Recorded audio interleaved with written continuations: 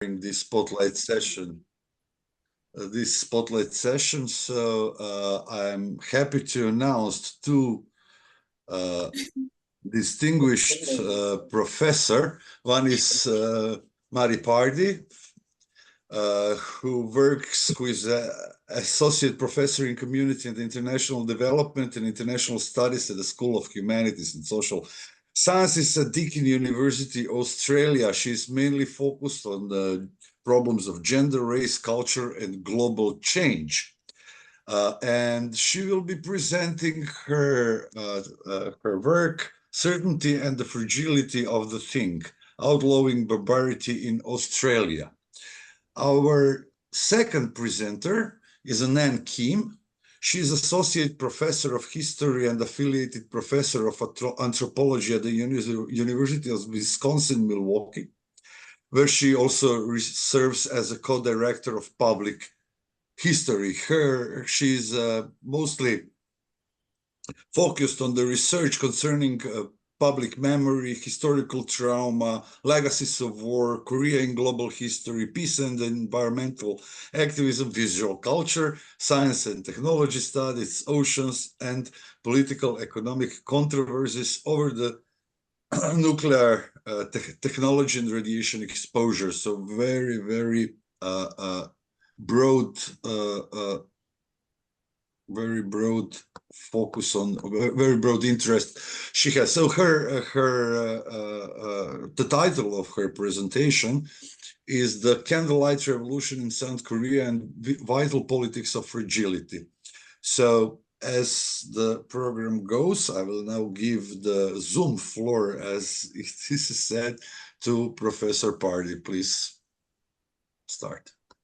Thank you, Tomislav, and thank you. And I note that Nan and I, we're coming from different parts of the world, and it's late here at night and very early in the morning. So it's a nice little conjuncture we have. I'm coming to you from Gadigal land in the Eora Nation, otherwise known as Sydney in Australia. They're the lands of the First Peoples here, who have never ceded sovereignty of those lands. So I come to you from stolen lands and recognise and pay my respects to First Nations people. So I will talk to you about research I've been engaged with over the last several years. I'm sorry I don't have PowerPoint, so you just have to listen to me.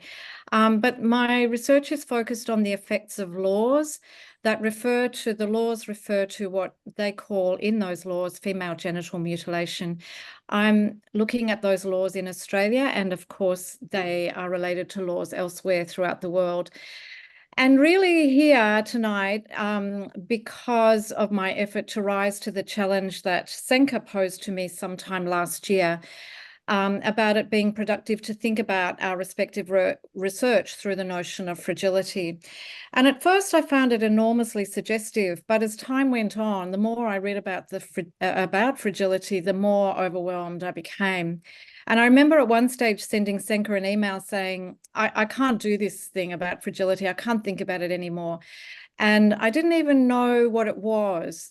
I was so overwhelmed, and thinking about it in the context of the world events that were happening just seemed too much for me. Somehow fragility didn't really seem up to the task of understanding what was happening. And I was focused very much then on climate change and racism.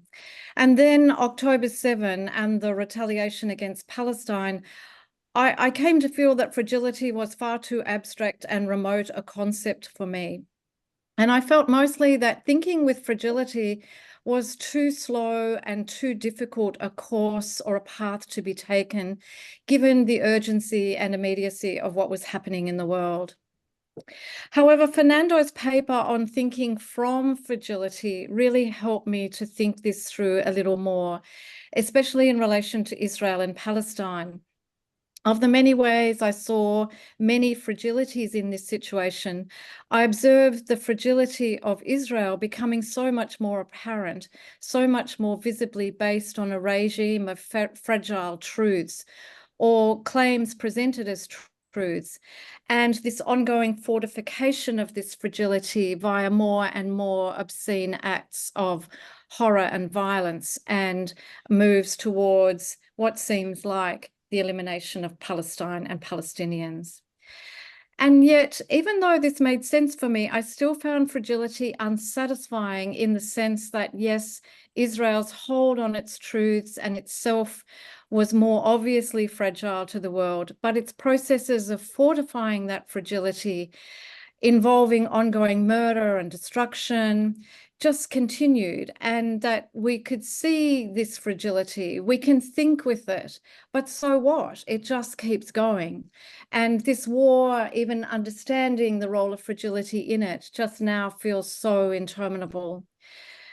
I think, however, that in Fernando's work, where he talks about to us about slowing down and thinking about fragility through relationality, through ethics, through politics, through recognizing our own fragility, not just in terms of survival, but in terms of the way that fragility and disavowed fragility are at the heart of much of the world that we're living in, is also, if I feel it's sometimes not up to the task and too slow, it is also enormously productive.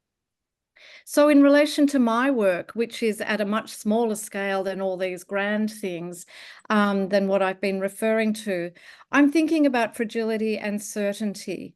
The fragility of certainty, the fragility of hegemonic truths, and the fortification processes necessary to fend off this fragility, or as Fernando might say, fragility as an entity to be overcome, and what are the politics attached to this. In my work, the law and criminalisation are linked gestures of fortification against fragility. They create certainty, and indeed, creating certainty is a fundamental precept of the law and of legal practice. In my work, I observe fragility not so much as something to be overcome, but as something which is absolutely denied. It's denied in the sense that there is no room for other knowledges than the certainty that the law encodes. And when the fragility of this certainty that shapes the law and criminality is not denied, when sometimes a crack in that certainty may appear, when the fragility may be felt or vaguely encountered, when the fragility of the founding knowledge emerges, it is completely disavowed. And I mean this in the psychoanalytic sense of not just defense as negation, but defense against the claims of something which is real, of an external reality. Disavowal, unlike the negation of denial, is a knowing and a not knowing at the same time. It entails a lot of work of refusal. The political or ethical consequences of all of this, I think, are serious. And this is why I'm interested in the laws that outlaw and criminalise female genital modification, circumcision, and all genital altering procedures which happen in Australia on non-white female bodies. I find this is also an important moment in relation to white supremacy and cultural superiority. It's about being unable to encounter difference, or what I call strangeness, or something that we can't fully know or understand in these moments of disavowal. This strangeness of others or otherness is always domesticated to our own knowledge frameworks. So just very briefly, my research is focusing on the effects of criminalising these genital practices in Australia, but generally and more broadly, what is happening globally around this issue. In relation to Australia, I need to contextualise that in the 1990s, the arrival of African refugees happened at a time where there was a surging national fragility around the future demographic composition of Australia, which in turn gave rise to an intense sense of fragility around the nation's multiculturalism, or how multiculturalism had now become a cause of the nation's new fragility, where to date, multiculturalism had been crafted as confidently promoted as hugely successful. We were even considered ourselves hubristically as a world leader in multiculturalism and our capacity to live with and celebrate difference. However, at the time when African refugees arrived in 1990s, we'd already passed through a decade of anti-Asian sentiment, the presence of post-war Vietnamese refugees accused of having Asianized Australia, causing the loss of Australia's whiteness, what some researchers called a beleaguered whiteness, and multiculturalism and migration became regarded by some as programs of racial suicide. And a hostility towards strangeness erupted intensely. And this hostility and racism were framed through terms of love for the nation.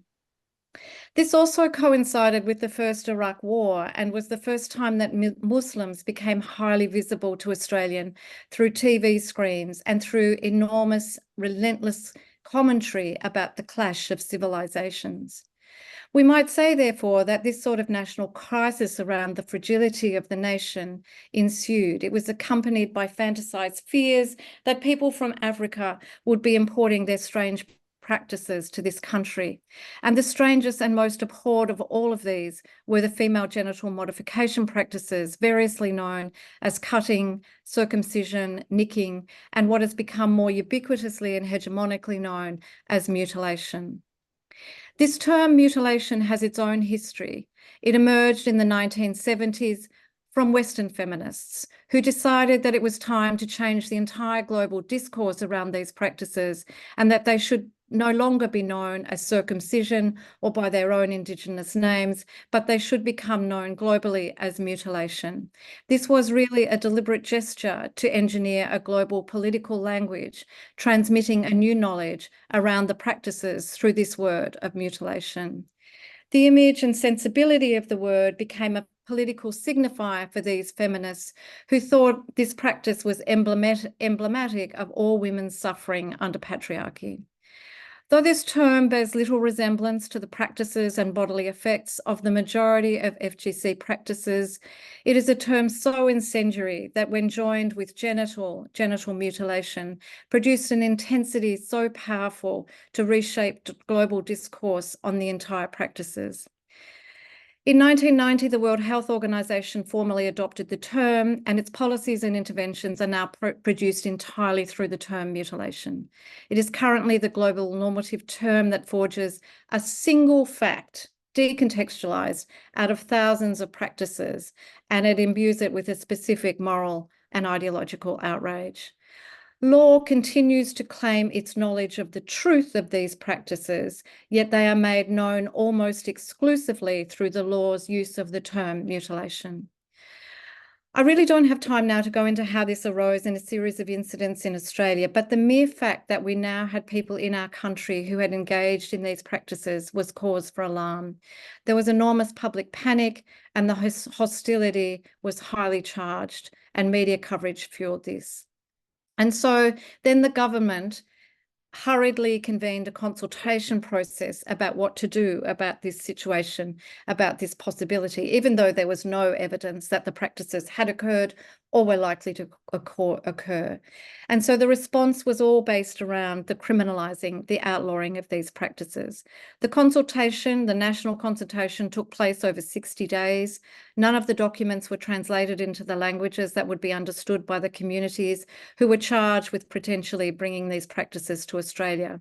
They were effectively cut out of all consultation, and this was justified by the government on the basis that they didn't have the time or resources to translate the documents or to engage in that prolonged period of consultation with interpreters and so on. I've already said that this was the time of the First Iraq War. It was also the time when refugees were arriving from war-torn countries in Africa, Eritrea, Ethiopia, and Somalia. At the same time, First Nations people in Australia were claiming a demand of the recognition of their sovereignty, a sovereignty that they had never ceded, and that Australia's multiculturalism was built on the genocide of its first people. So here we were in this very and fragile nation that was becoming more fragile, and then a series of events were exposing and making the felt fragility of the nation even more breakable. And this is the context within which the urgency to work against the presence of these practices in Australia took hold. So the process was quick. The legislation was introduced across all jurisdictions in the country. The communities opposed the legislation, but they were not given any credence. Their voices were not listened to. And seriously, they were seen not to not know what was good for them. This was actually expressed very openly and obviously. They knew no better was the term that was used. This also occurred, this context is also important, that when women's rights as human rights emerged globally as feminist movements argued that women's rights should no longer be understood as something limited to the private realm, and that the best frame for doing this would be through a human rights framework, which, as we all know now, was appropriated by the US government as a rationale for invading Afghanistan to save women from Al-Qaeda. And the other thing that was also happening was a kind of subsidiary debate across the world that multiculturalism was proving not to be good for women. That debate, which was happening at a philosophical level, was taken up by in many nations, where feminists and others argued that multiculturalism was allowing the kinds of practices that feminists had been fighting against for years, and that feminist gains could be undone if there was a greater commitment to multiculturalism than there was to women's rights. So I think you would call all of this a serious conjuncture, or a kind of perfect storm, perhaps, of fragility in so many areas, so many things made fragile by the presence of African refugees in Australia, or so many things revealed as fragile by this presence. And this fragility really needed to be overcome. And it was the law that was turned to fortify this fragility. The law is something which is about certainty. And if you read, I'm not a lawyer, but if you read material about the law and the way the law needs to be crafted and communicated, certainty is paramount, because certainty makes the law strong. It works against potential for corruption, and it also allows for citizens to know what the law is and what is not the law. And it is clear about the kind of mischief that it seeks to prevent or punish. The mischief is actually a very important part of the way law is communicated. So you can imagine the political excitation that was happening in Australia at the time when these laws were passed. And I've been reading over the past year the parliamentary debates and the discussion that went on about the introduction of these laws. If you read the debates, the word barbarity and the word barbarous comes up constantly all the time in the parliamentary debates, which is juxtaposed to civilization and to multiculturalism. We must create a very certain, clear message that these are intolerable acts, not in line with our multiculturalism. Now, at this stage, you might be saying, well, yes, they are intolerable acts, and that we do need that certainty of the law to actually provide both the message and also a certain policy environment that this won't be happening here. But I think that one of the major points I wanted to make about this is that there is this certainty among the lawmakers in states that they have all the knowledge there is to be had about these practices, what they are, what they're for, who participates, what the effects of them are, what their meanings are. But this is the fragility. This is the knowledge that they operate on, which they feel so certain about, that is so problematic. And to remember that the term is constructed around mutilation. And what I want to say is that there really is no such thing as this term. This is the thing. This is the thing called mutilation. It simply does not exist. It has become a thing. It has become an it. This it is made up of thousands of practices that exist throughout the world that are all incredibly different, which have been schematized by the World Health Organization into 4 categories of practice, all known as mutilation. Everything is known as mutilation. A touching of the genitalia, a prick, a nick, a cut, right through to what might be called the most serious or invasive of these practices, known as infibulation, which is practiced among a small number of people in a small number of countries. It accounts for less than 10% of the world practices. I'm not diminishing the seriousness of those practices, but the certainty that every single practice relating to female genitalia is mutilation is the certainty with which the law operates, and it's the certainty within which the multilateral organisations craft their policies and their laws. And this is the fragile certainty.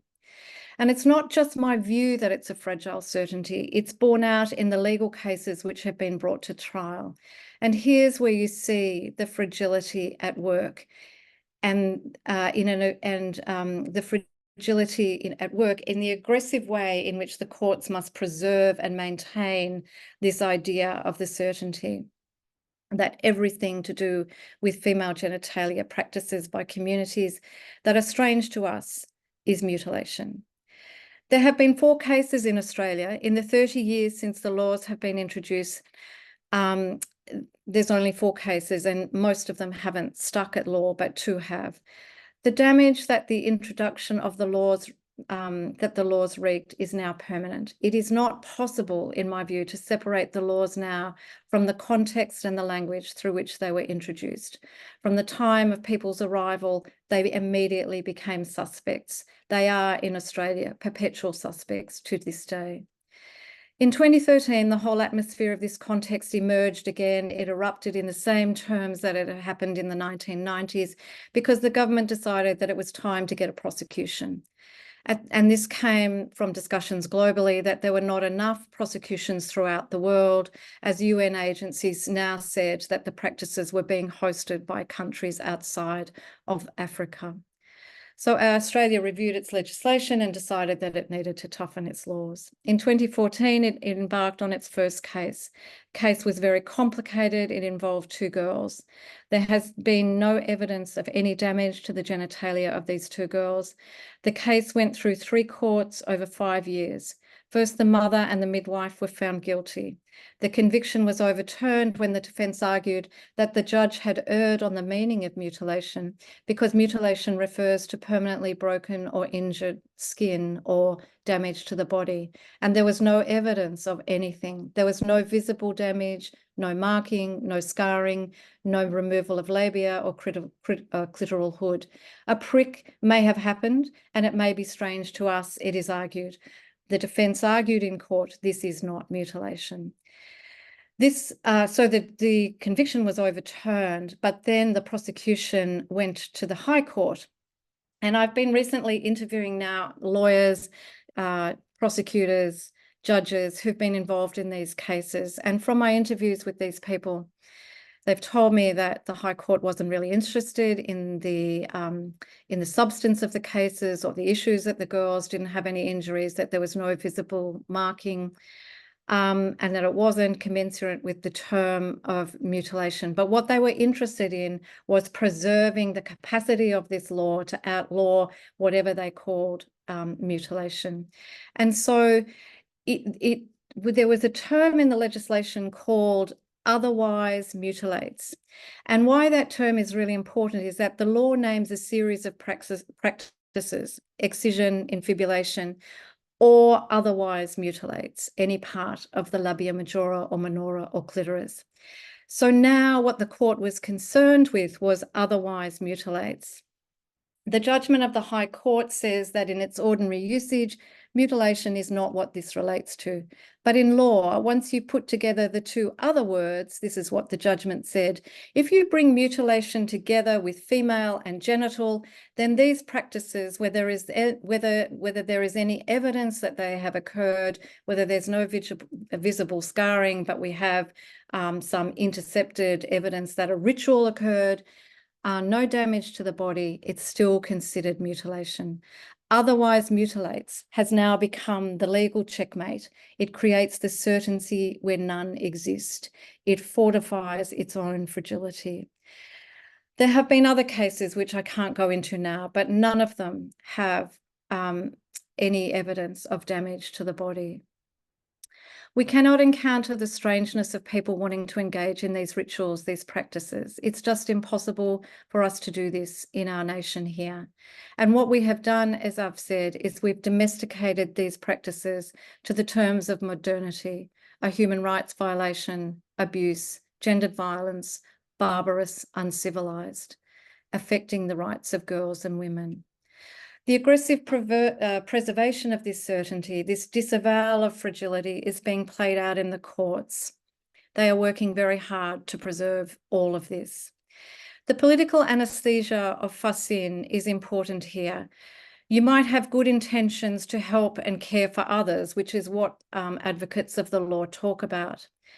But as Fernando has already said, this care can never be innocent or romanticized. And Facen also says that some care for others is based on selectively acknowledging some problems while ignoring others. And he goes on to say that there may be a drive or concern to alleviate suffering, but it presumes that all necessary knowledge about the conditions of that suffering has already been established. The lawmakers and policy framers must remain numb even to the possibility of alternative and all other knowledges about these practices. And what that means for Facen is that to protect or care in this circumstance is to be engaged in continual processes of ongoing distancing, because if they became closer, if they became closer to us, less barbarous in our own frame, then we might have to face other knowledges. Our certainty and the fragility of it would become exposed and perhaps even broken. But if you can domesticate that barbarity and their strangeness to modernity's terms, then this kind of political anesthesia really bolsters your certainty, a certainty which is fragile to be sure, and a certainty which, in my view and my experience with affected community, continues to have devastating political and social consequences for the members of these communities, and indeed for the fragility and racism upon which our nation is currently based. Thank you. Thank you, Marie. Hopefully there are questions or any comments in the chat box or wherever. Please, now is the time.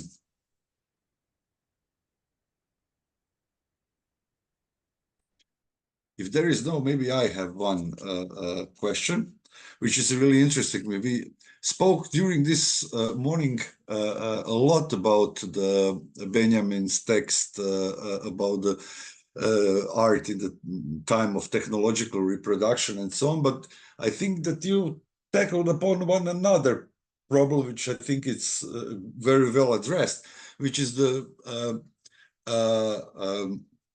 link between the fragility, law, and the violence of the law, especially violence that spoke Benjamin about, which is violence of the preservance violence of the law. Can you comment a little bit on this? Yeah, I find this so interesting. You know, I've been working with communities, you know, mainly, and then I've switched just recently to be talking to the kind of legal people. So I've been talking with judges, prosecutors. I'm amazed that they all talk to me, but they prosecutors and lawyers. I can understand the defense barristers talk to me, but like they all want to talk. And it's very interesting because when I was you know, I really wanted to dislike them, you know, like because I could see the violence and the effects of what their active kind of preservation of this law was doing to people and what it was based on. And, you know, they really were presenting, this is the violence of the law in a sense that it provides them with enormous permission to not think. To not think outside the law. The law is the frame within which they think. So every time I would raise something that was a little anthropological, they would say, well, we just deal with the facts and the law. And one of them was so fantastic. She was a prosecutor. She said to me, no, I didn't know all of that. And I'm glad I didn't know all of that, because that would mean that I might be distracted from my prime job, which is to think about the facts and how it relates to the law. And this kind of, it's kind of a checkmate, you know, like, I don't know where to go with this. Like they are completely subjected to this sort of technology of the law, this sort of what I consider to be the violence of the law. They're not bad people, but this is just actually what happens. Yeah. I didn't think that they are, you know, bad people. It's just a structure as such that I wanted them to be bad people. I wanted them to be bad people because I thought it would make it easier for me. But please, any more comments? If there is no, please feel free to still put your questions in the chat box.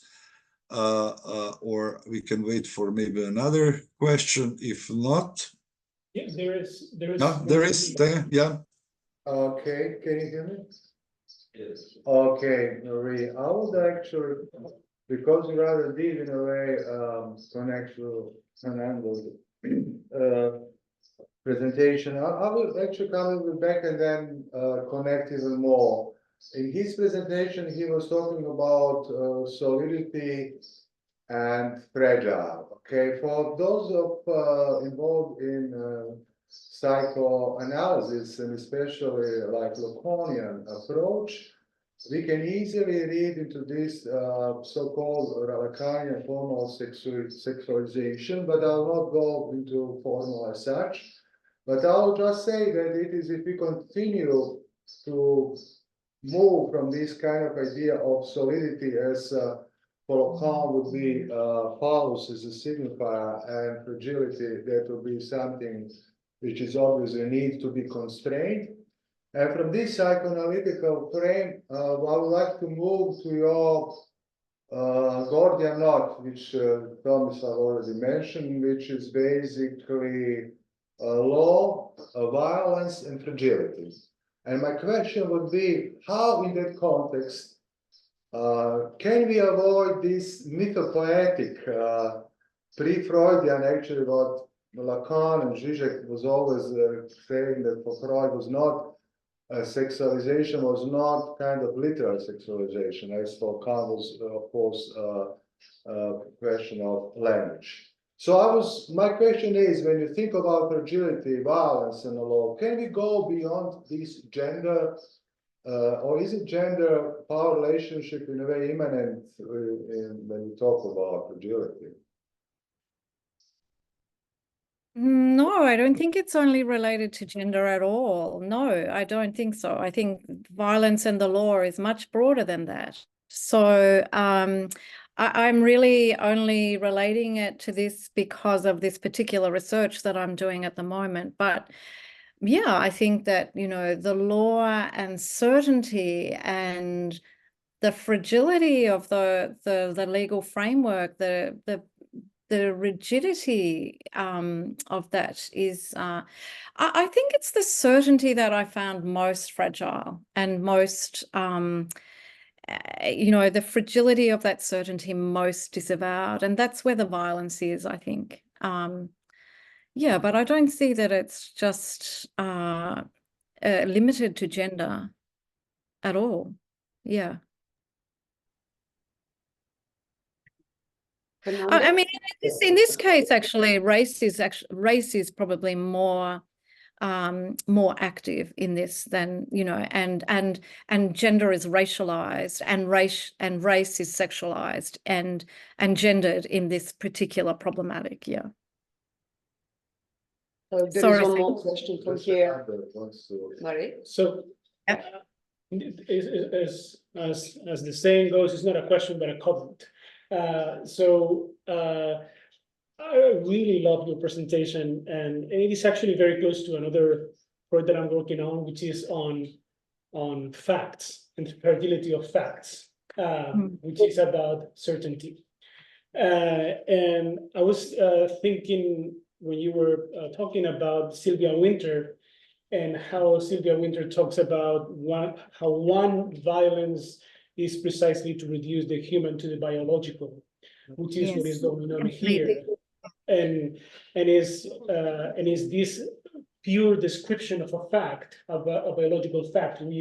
We're human in a biological sense, is already a form of creating a form of violence by reducing and making impossible any other definition of human that escapes the. You are going now.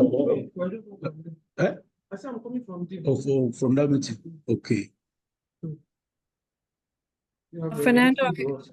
Yeah, there was another. Yeah, I can see it. Yeah, that's it. Yeah. So anyway, so what? Can you hear me? Yes. So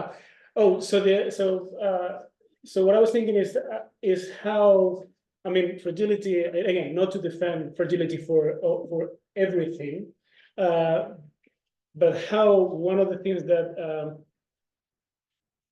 one of the things that why fragility can be productive is that it is one of the few things that power cannot deal with. It is unsettling for power. So the only thing I mean, the logic of power is the logic of disavowal of fragility. So the only thing that power can operate with is with certainty. And in this way, it produces certainty by producing a biological fact that then creates the distinction between us and the barbarians that have to be dealt with. So I mean, I was just thinking about how, you know, fragility can be productive in that sense as that which power can never be confronted with, or can never accept. Again, Yeah, yeah.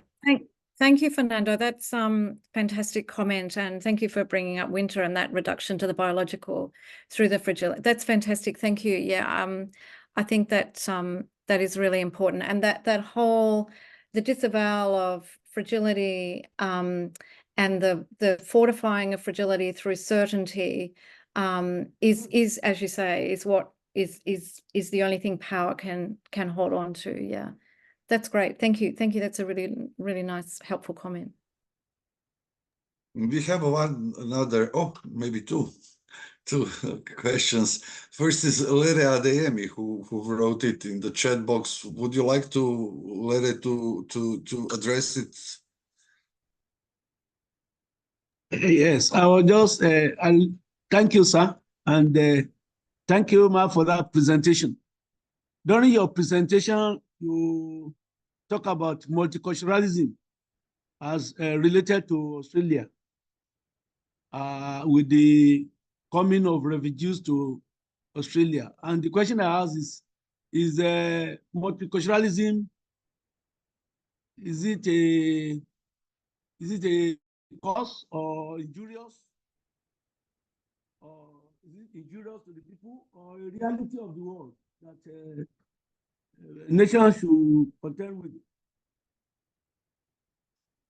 That's my question.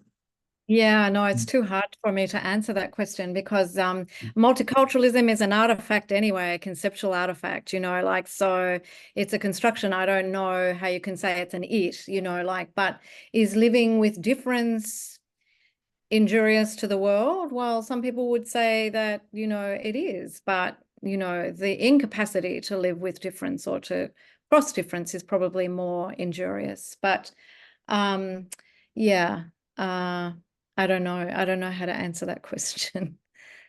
Okay. Thank you. No one would, I suppose. And then we have a comment from Nan Kim, who is our next speaker.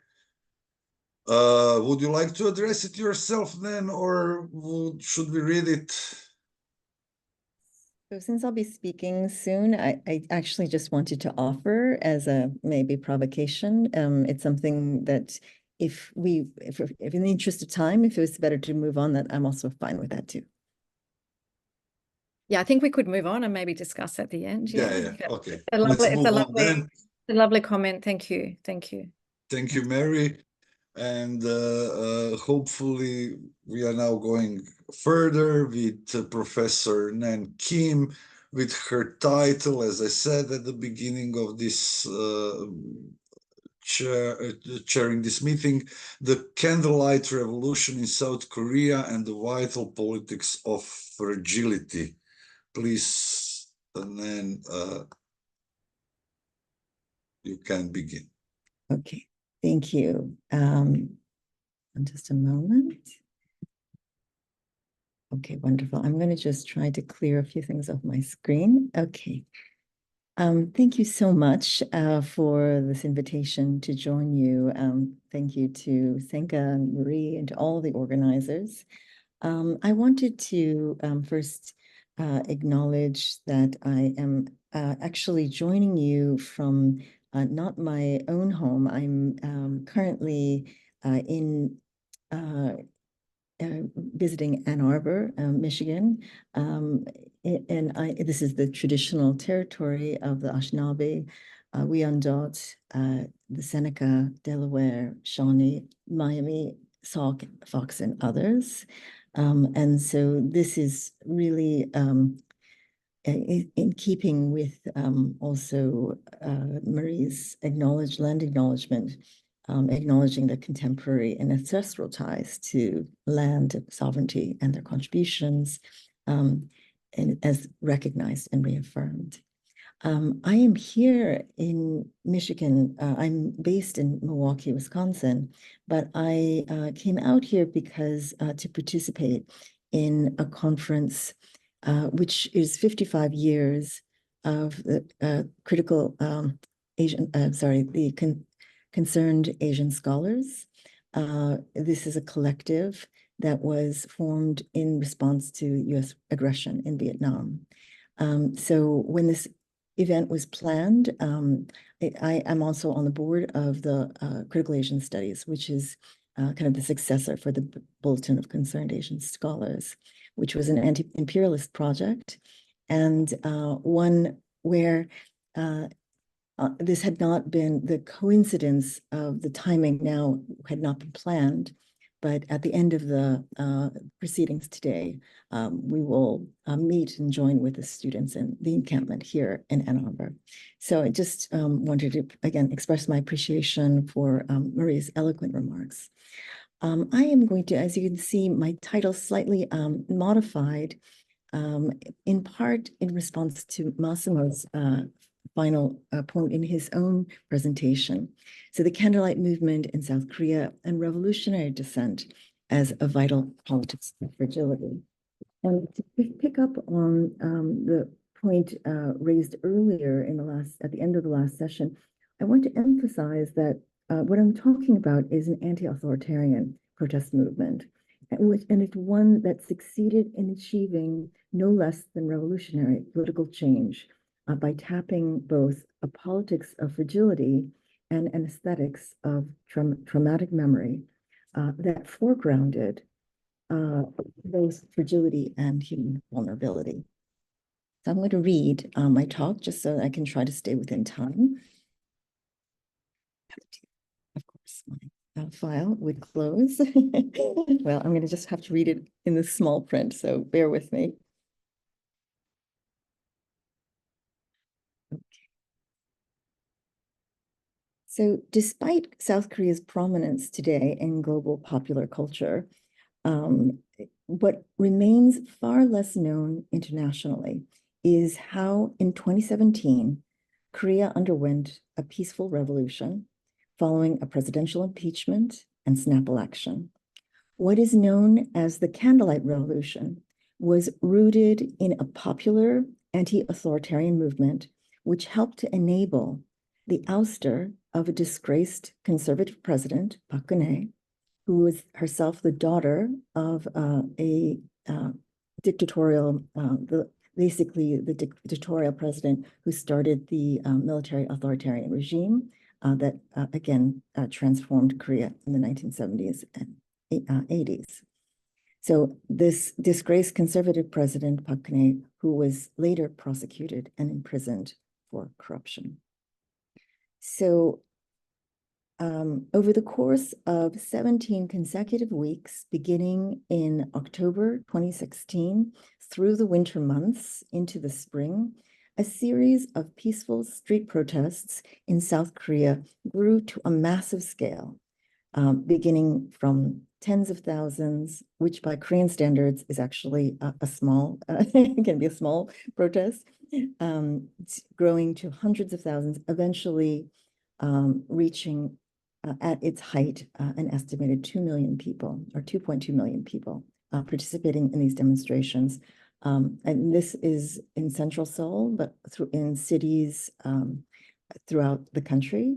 And there are also solidarity protests in diasporic Korean communities in countries all across the world, including in Europe.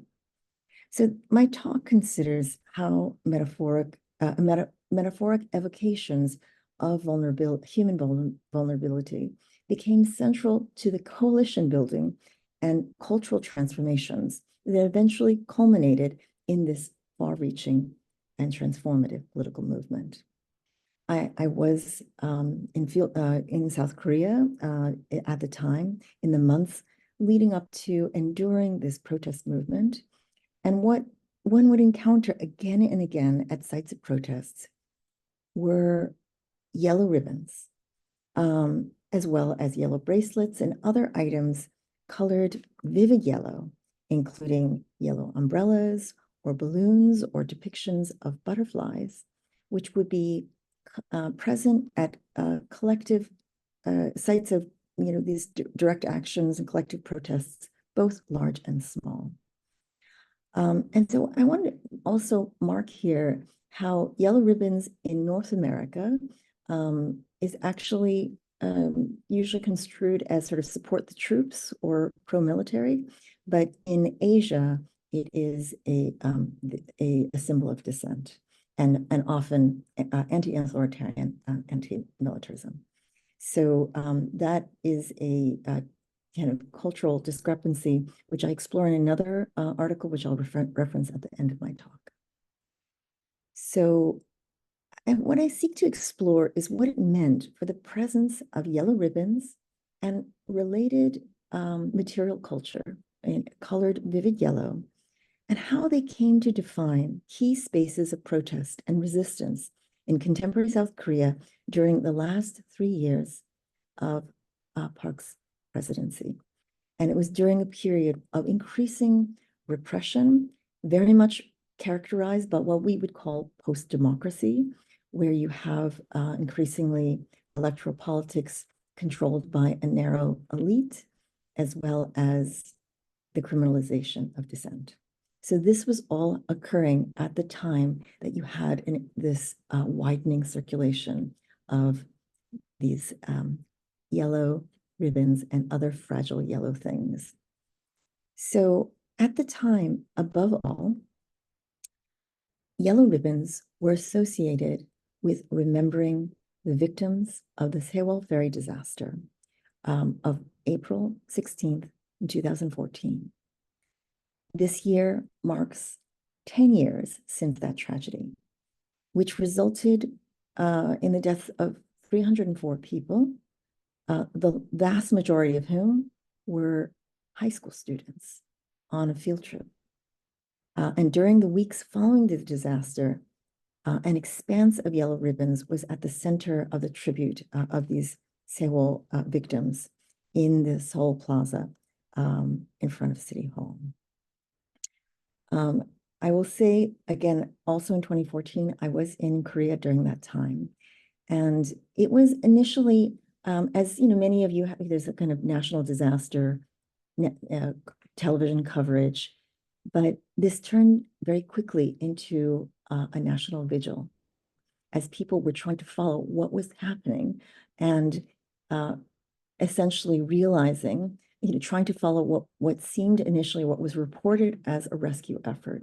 There were survivors or rescue people who were reported, and then it was quickly revealed or understood, it came out that the entire country was gaslit. There were no survivors, and people had watched in real time this entire ferry of passengers suffocating and dying.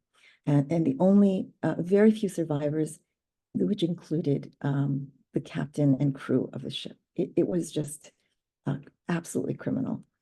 And so this was traumatizing in a way that was not did not immediately translate to political change. It took 3 years, but in that time, the material culture of this, what I call the color of dissent, was instrumental. So this is the capsized ferry, which again, this is 304 people would die, and it was very clear as the investigations came out that these were avoidable deaths. So the other thing that was harrowing was, of course, reports of people's phone calls and texts that were happening, as well as the directive that the students received, which was to stay in their cabins. And that was a death sentence for them. So the very few survivors were those who disobeyed. And of course, no one knew what was going on. It was, again, a soul-searching moment and one that was quite wrenching. So here you see, this is the expanse in the front of City Hall, all these tributes and messages. Many of them were messages of sorrow and apology, trying to, comfort of those who departed at at a very young age. So in the community where the high schoolers were from, a city called Ansan, these yellow ribbons appeared for months and then years afterwards in memorials called memory classrooms in Danwon High School, where mementos were laid upon the desk of each of the 250 deceased victims who had been students there. So another key site of Sewol memory activism is these large tents that flanked the Gwanghwamun Plaza in central Seoul. And so you can see this is a major civic space where they have both government buildings. You can see here that's the arts, one of the major arts centers, as well as the Museum of Contemporary History. It's all on this plaza. And this is, when I shown earlier, the protests that were, thronging the streets, that was in this space. So in this plaza were also these tents we could see along the side of this photo on the right. And their volunteers would be helping out every day to handcraft these solidarity charms that people would wear from, off of their bags and from their telephones, or they'd wear stickers. And these objects are intended for distribution among supporters, to display as a strategy for maintaining visibility regarding the cause of seeking the truth behind the Sewol disaster. So regarding this phenomenon of Sewol memory activism, what has been relatively less explored is how circulations of the yellow ribbon can help to trace interconnected networks of solidarity and identification among other kinds of social activists in long-term dissent movements prior to the anti-PAC protests of 2016-2017 in South Korea. So during the periods of conservative rule that preceded the Candlelight Revolution, these interconnected movements sustained a broad spectrum of resistance in the years when such activism was targeted for repression and therefore difficult to sustain. So in a sense, having these coded as well as coded symbols of dissent, and one that was steeped in a politics of empathy was also critical because of the red baiting, frankly, that occurs. Dissent, because of Korea's ongoing division, it's also similar in the US, right? How you can, through a kind of a McCarthyism that still exists, right? You can brand those who are critical of the government as being sympathetic apologists or sympathizers, or serving interests that are counter to the state. So to consider this pervasive but informal presence of yellow ribbons and similar objects, a provocative insight comes from Bruno Latour's engagement with alternative politics, which he explores in part through a theoretical concern with the networks of relationships between human and non-human.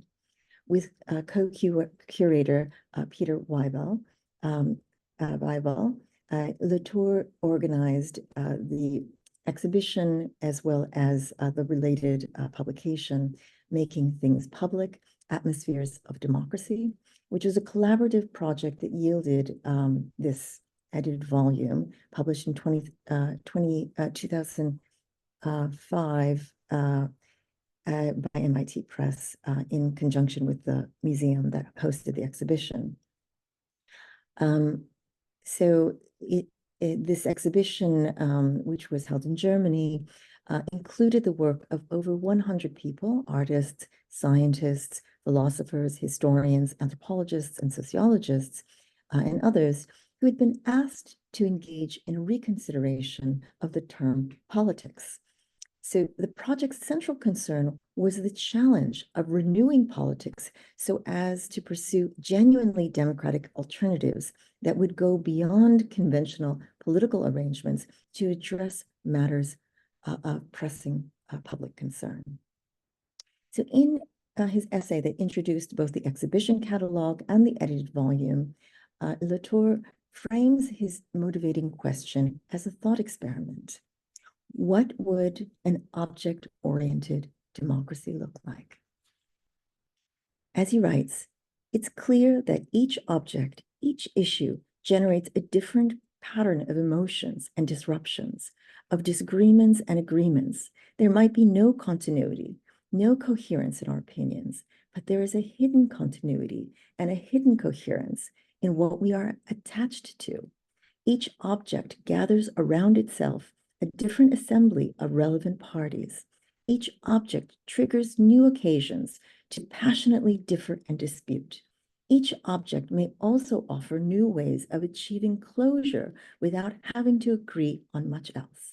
In other words, objects, taken as so many issues, bind all of us in ways that map out a public space profoundly different from what is usually recognized under the label of the political. So here, Latour seeks to address a bias in political philosophy that has privileged the metaphorical meaning of representation nearly to the exclusion of its literal meaning. In other words, in the study of law and politics, faithful political representation is presumed to result from following the right procedures to gather a legitimate group around a particular issue. Latour critiques this tendency by exposing its blind spot, which he analyzes as an avoidance of theorizing things. Rather, he argues for recognizing a prior definition of representation to acknowledge that which represents, in a sensory, tactile way, the object of concern to those assembled around it. Following Latour, what if one therefore uses the yellow ribbon to map out the public space of an object-oriented democracy in millennial Korea? If the yellow ribbon is the thing that served to bind various coalitions that would later coalesce to help galvanize the recent candlelight movement and later candlelight revolution, what was the object of concern that it would represent in the eyes and ears of those assembled? Within days of the Sewol ferry sinking, the Yellow Ribbon campaign in Korea originally started with the efforts of a coalition of 30 students from various South Korean universities who came up with the idea of the campaign as a way to express compassion and support for the Sewol disaster victims. The campaign's theme was reportedly inspired by an offhand remark by the mother of one of the coalition members, who recalled that yellow ribbons expressed the hope for someone's safe return. 7 members took up the task of buying materials from Dongdaemun Market to make 500 yellow ribbons, which they handed out on the street to passersby in a neighborhood of Seoul, Sinchon, filled with progressive university students. As the campaign quickly expanded through personal networks and social media, the yellow ribbons spread to an extent beyond anything the students could have imagined. What had initially begun as a token of hope soon became a symbol of mourning and remembrance, as it became clear that none of those who had been trapped inside the ferry would return alive. This was despite the fact that there was an interval of several hours when passengers could have been saved. So as the political significance of this disaster shifted, the meaning of the yellow ribbon further evolved. After the initial shock of the tragedy, evidence soon mounted to indicate that these deaths had been preventable and resulted from the gross negligence and deliberate obstruction on the part of the government. Yoon-Young Lee, a sociologist, political sociologist, observes how the aftermath of the Sewol ferry sinking brought into public awareness as never before the connections between large-scale disasters, neoliberal reforms, and incompetence largely stemming from corruption. She writes, "The Sewol was caught in the deadly force of the seemingly new wave of neoliberal deregulation in recent decades and the continuity of public-private collusion originating from the developmental past," end quote. Regarding the sinking of the Sewol and the resulting loss of life, political scientist Guyong Kim builds on Yoon-Young Lee's observation and succinctly explains the reasons why this was a preventable disaster rather than an accident as it had been framed by official sources. In addition to numerous mechanical and crew mistakes from an undertrained crew, again due to neoliberal deregulation, the fundamental reasons were that the government's heavy interest in neoliberal capitalist profiteering by deregulating safety standards ever since the administration of the earlier conservative administration of Lee Myung-bak, the administration of conservative President Park Geun-hye mishandled the rescue efforts in order to prioritize privatized rescue operations and rejected help offered from independent divers, as well as the U.S. Navy, and withheld crucial information, had irregular and poorly trained labor attending the scene of the sinking, and frequently interfered and manipulated the mass media's reporting on the tragedy and rescue efforts. Moreover, the government had yet to launch a full-scale investigation into the disaster. Rather, the government had obstructed the efforts of civil society, including the surviving victims and the bereaved, to unearth the truth behind the accident. So in the days and weeks following the disaster, the sinking of the Sewol brought up numerous unanswered questions, including speculation over the surfacing of evidence that suggested that the actual owner of the ferry was the National Intelligence Service, which is Korea's equivalent of the CIA. As the yellow ribbon gradually came to represent the call for political and regulatory reforms to avoid such a tragedy from recurring, the yellow ribbon also came to signify the demand for a full investigation into the truth behind the inexplicable chain of events that had led to the loss of so many lives. The yellow ribbon thus took on an increasingly loaded political meaning in South Korea during the last years under Park Geun-hye. Those wearing the ribbon and related symbols of empathy and protest, those wearing the yellow ribbon were targeted for harassment by police in the areas near commemoration events for the Sewol victims. Whether worn by students, activists, or even visitors from abroad, it became the yellow ribbon had evolved from a sign of empathy and mourning and came to be regarded as an outward sign of anti-government resistance or rebellion. So in the last part of the paper, I'd like to reflect on what I've called the color of dissent. And I propose reconsidering the widespread phenomenon of how vivid yellow was embraced as this color code among dissident protesters in contemporary South Korea. What does it mean for reminders of human fragility, rendered in this same color in the form of yellow paper lifeboats, yellow balloons, yellow butterflies, and yellow ribbons.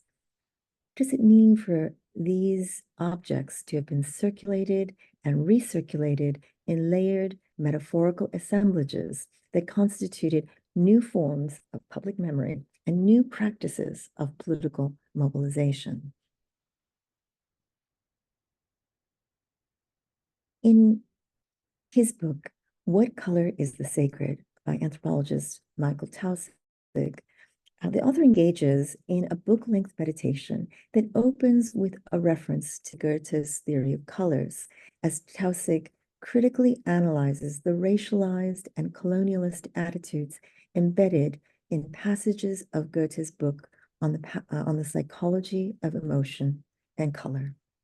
However, Taussig's project is not primarily motivated by an interest in exploring color as a code word for race. Rather, he engages in a different kind of visceral theorizing of color, considering, for example, the physiological responses to the visual perception of color itself.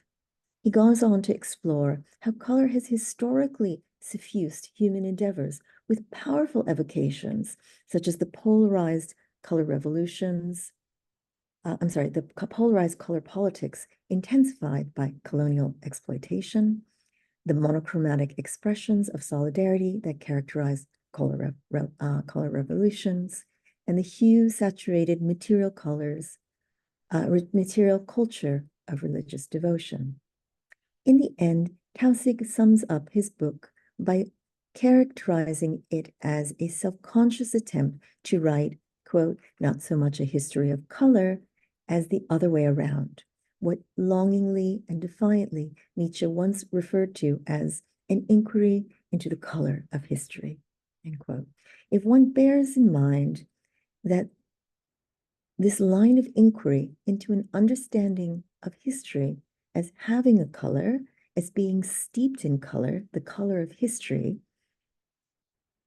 is it so great an imaginative leap to inquire further into contemporary history's discernible texture? What can be grasped from perceiving the texture of history? The salience of such haptic qualities to historical change would be amply evidenced by the tactility of objects and things that were of a piece with South Korea's recent social and political transformations.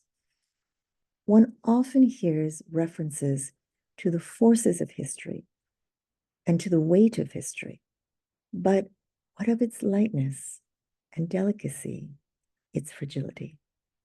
Truly, the notion of fragility offers a conceptual means to articulate the contingent relations and connections among the things and practices that have interwoven, say, well, memory activism with other forms of progressive collective political action. And I would argue that in the candlelight demonstrations that mobilized peaceful protests on a massive scale in South Korea during the winter of 2016-2017, what was more consequentially at work over a longer period of time could be called a vital politics of fragility. And while my immediate points of reference may be particular to South Korea, such a vital politics of fragility also engages with the larger ongoing transnational dynamics surrounding the politics of refusal, drawing upon anthropologist Audra Simpson's observations that resistance already gives too much legitimacy to the actions of dispossession by a dominant power, very much resonant in the events of the world today. Indeed, it was refusal and not resistance that lay at the heart of the candlelight movement. Binding together those who identified with the yellow ribbon was a determination to change South Korean society for the sake of South Korea's future and its youth, who, like the Sewol victims, had been forced to the point of despair and hopelessness wrought by endemic corruption. So in recent years, South Korea has topped global indices measuring the human toll of hypercompetitiveness stemming from the current neoliberal conjuncture, whose intense psychological burdens weigh heavily upon young people.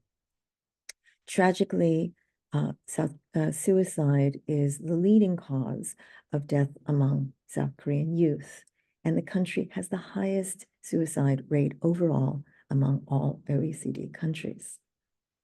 So as the massive peaceful demonstrations in Seoul and other South Korean cities were rooted in the refusal to abide egregious corruption and government incompetence, more broadly, they stood for refusal of the way that such a government continued through a callous disregard of fragility. It was the refusal of administration whose moral bankruptcy became plain in the way that state authorities had obstructed the protection of fragile subjects and had targeted those who had mourned over fragile bodies. The movement was simultaneously a refusal of the corruption that fed off of the exploitation of systemic fragility, insofar as South Korea's fragile social order had been rooted in worsening economic, social, and gender inequalities. And this resonated again throughout the Korean diaspora and allies. For example, the campaign that was in London, in the UK, made reference to the Hillsborough disaster. And there are other ways in which, again, you can see the transnational implications of invoking a vital politics of fragility.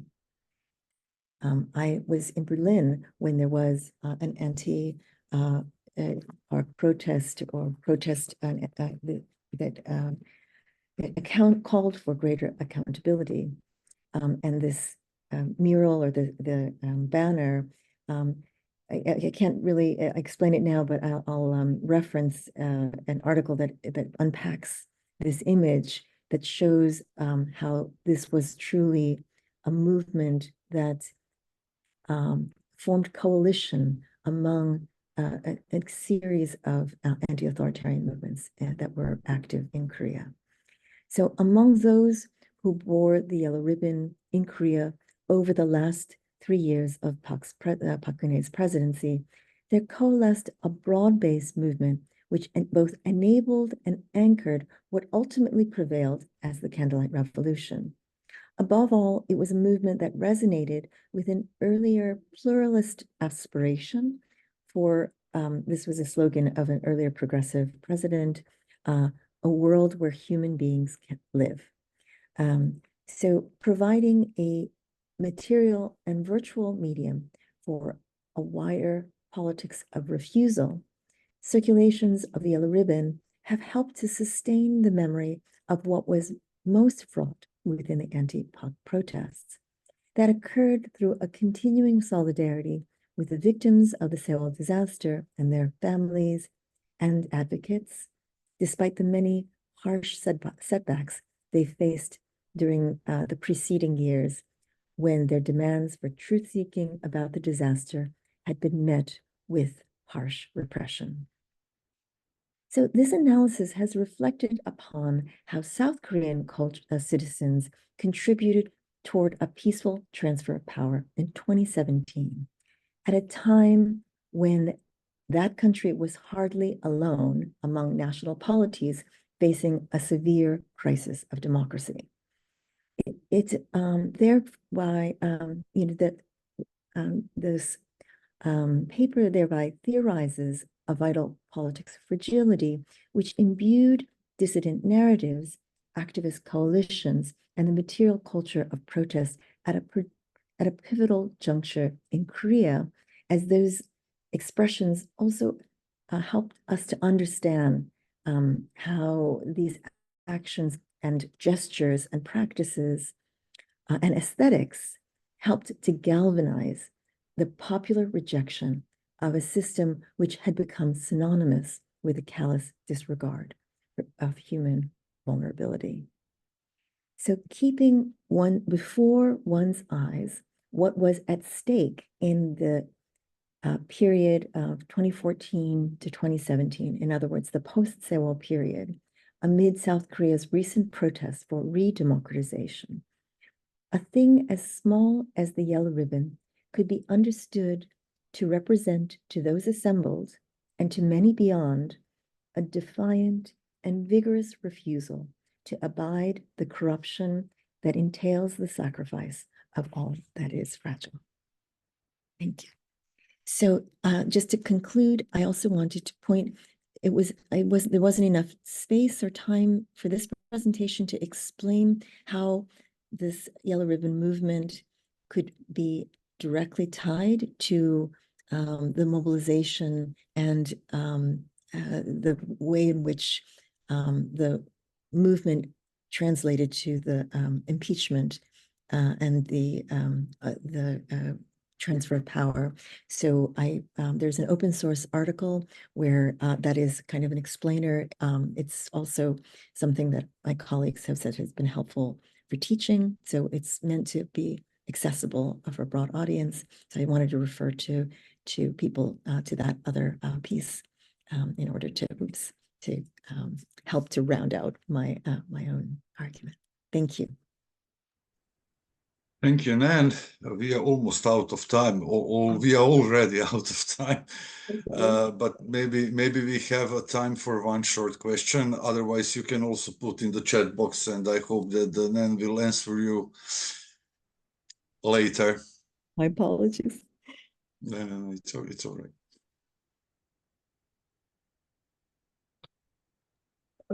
No. Maybe just one short question because I think that in your presentation that you have this connection between neoliberal project and fragility. But my question is, people all around the world, in the countries all around the world, they face corruption in a different ways. And my question is, in the context of your presentation and your thinking about this connection between fragility and corruption, because in a kind of broader context, we can see fragility as infrastructure. If you think like something as a common, and especially piece of communications, they are basically like infrastructure commons. And they become, in neoliberal projects, very, very fragile in a way. So I would like you to elaborate a little bit. Yeah, I just, if I can quickly say that, when we think about the vulnerability of infrastructure, that directly ties to these large-scale disasters. And when we see that there are preventable disasters that are rooted in, again, the failings of neoliberal deregulation. That's how this is a very compressed analysis that is occurring because it's very difficult to target when there are losses of some of the safeguards that are put in place by responsive democracy.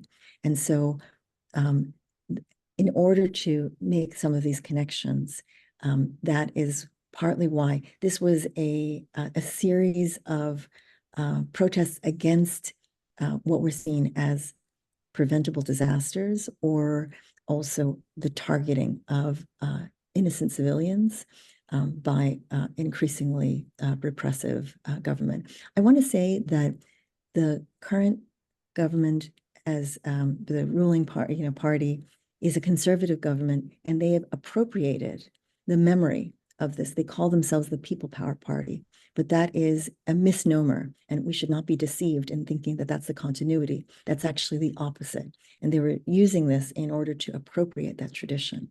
But they just were recently, there were elections following the 10th anniversary of the Sewol Ferry disaster, and it's fairly clear that it helped to contribute toward a sweeping electoral defeat. There's basically, the president is now a lame duck president because of that. So I'm sorry that there's a lot to explain, but I do want to refer you to that other article, which I think will help. Thank you so much. Thank you. Thank you for your questions.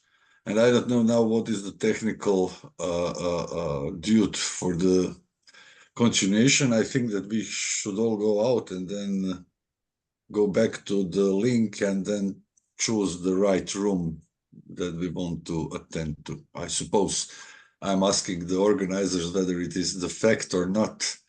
Hopefully I think Guy is nodding his head, so I think you're right. Okay, I'm here. We have a short break now, and then we should come back. Yes, we have three rooms, and we can choose from 3 rooms. But first, we have a short break so that everyone can relax, you know. And well, thank you very much for this panel. Thank you, Marie, and thank you, Nan, and to both of you. So we will continue in a 10 minutes. Actually, it's not easy to meet 10. It's already. Oh, it's all late. It's already. Sorry. 5 minutes. So we see you in a 5 minutes time. Thank you. So we will start in a 5 minutes.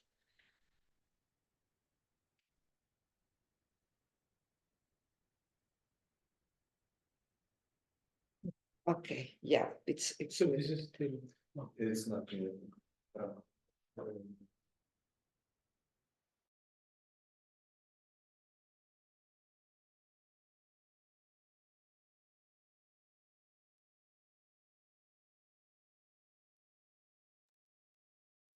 Oh, hello, Senka, and all. Thank you again so much. I would love to get access to the Zoom link afterwards to see the recording. As I mentioned, I've double booked. I have to attend this other conference where I have duties as well. So I'm so sorry that I can't join the breakouts, but I'll try to come back if I can get away from the other conference. But I'm sorry I must depart. You're welcome. You're welcome to do that. We will stay in touch, and I will send you a link so that you can see if you want to see some of these presentations. Thank you very much for everything. You know, and yeah. Thanks so much, Marie. We will for sure be in touch in the future and exchange papers for sure. So bye. Bye. Bye. Thank you. I have 5 minutes break.